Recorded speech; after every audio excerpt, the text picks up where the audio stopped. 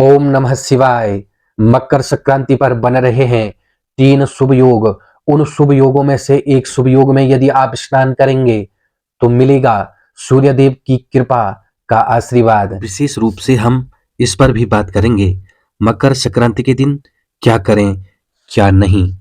वर्ष का पहला त्योहार सूर्य के मकर राशि में प्रवेश करने पर होता है, जो शीतकालीन संक्रांति के साथ महीने के अंत और लंबे दिनों की शुरुआत का संकेत होता है। इस दिन भगवान सूर्य की पूजा का विधान शास्त्रों में प्राप्त होता है।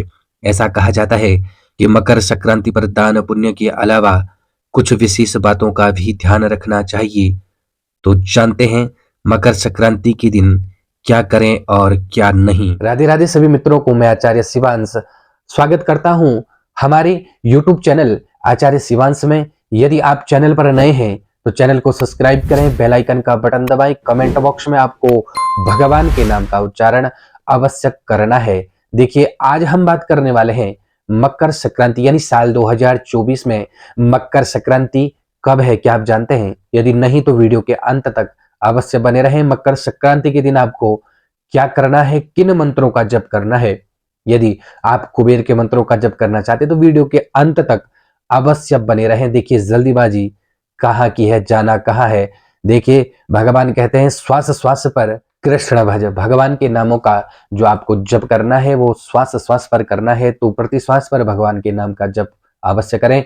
कमेंट बॉक्स में आपको भगवान के नाम का उच्चारण अवश्य करना है। तो सबसे पहले बात कर लेते हैं मकर संक्रांति साल 2024 में कब है और कौन से वे 3 योग बन रहे हैं जो लाभप्रद हैं।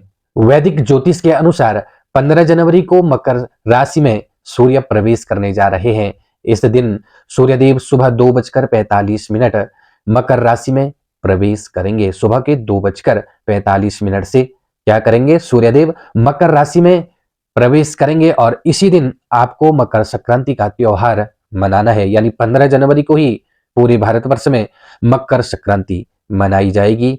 और अब हम आपको बता देते हैं इस दिन जो बन रहा है रवि योग, इस योग में आपको स्नान करना है और इसी दिन इसी योग में आपको सूर्यदेव की पूजा अवश्य करनी है। देखिए, मकर संक्रांति है और आप सूर्यदेव की पूजा ना करें तो आपको कुछ भी फल मिलने वाला नहीं है। वैदिक ज्योतिष के अनुसार मकर संक्रांति पर इस साल 3 शुभ योग बन रहे हैं, जिसमें से रवि योग सुबह 7:15 से शुरू होकर सुबह के 8:07 पर समाप्त हो जाएगा। आपको बता दें, इस योग में सरोवर और पवित्र नदी में स्नान करने का भी विशेष महत्व माना गया है। वहीं इस योग में भगवान सूर्य की पूजा करने का शास्त्रों में विधान बताया गया है। जो व्यक्ति इस योग में भगवान सूर्य की आराधना करेगा उसे मान सम्मान पद प्रतिष्ठा की प्राप्ति अवश्य होगी। यदि किसी की कुंडली में सूर्य पीड़ित है, सूर्य नीच का है और सूर्य को बलवान करना है तो सबसे अच्छा मौका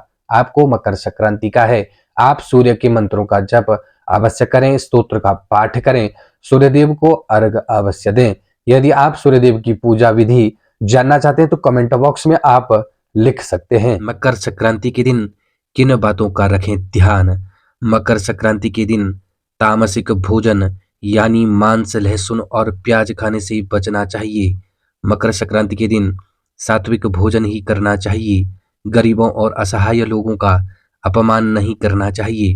फलस्वरूप व्यक्ति पाप का भागीदार बन जाता है। इस दिन किसी को भी कोई नकारात्मक बात नहीं कहनी चाहिए। इस दिन मदिरा का सेवन भी नहीं करना चाहिए। ऐसा करने से आपका परिवार सुख समृद्धि से वंचित हो सकता है। इस दिन मीठे चावल बनाना जरूरी होता है। जो चावल दाल, गुड़, अंगूर, सूखे मेवे और दूध से बनाया जाता है। इस दिन सात्विक भोजन का सेवन करें और इसे अपनी रसोई में ही बनाएं। धार्मिक स्थान में जाकर समय बिताएं और आशीर्वाद लें।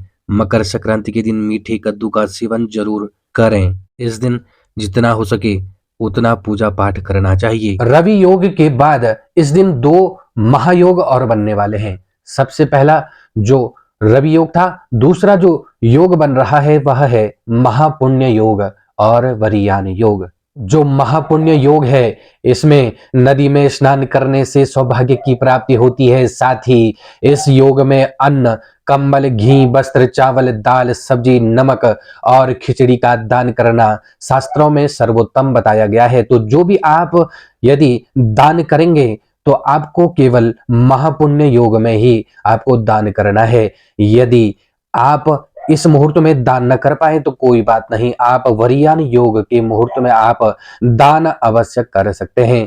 वहीं इसके बाद वरीयान योग बन रहा है। इस वरीयान योग में यदि आप कुबेर के मंत्र का जप करना चाहते हैं तो सर्वोत्तम है, आप शुक्रदेव और कुबेर के मंत्रों का जप कर सकते हैं। यदि आप इस दिन शुक्र के मंत्रों का जप करेंगे तो आपको ऐश्वर्य की प्राप्ति अवश्य होगी। भगवान सूर्य नारायण को करें प्रसन्न इन मंत्रों से। स्क्रीन बॉक्स में आप भगवान सूर्य नारायण के इन मंत्रों का जप अवश्य कर सकते हैं। यदि आपको किसी भी मंत्र का नाम स्मरण न आए तो आप ओम सूर्याय नमः, ओम भानवे नमः, ओम खगाय नमः मंत्र का जप अवश्य कर सकते हैं। भगवान सूर्य नारायण को नमो धर्म विधात्रे ही, नमो कर्म सुसाक्षिणे, नमो प्रत्यक्ष देवाय, भास्कराय नमो नमः मंत्र से भी आप अर्घ्य दे सकते हैं।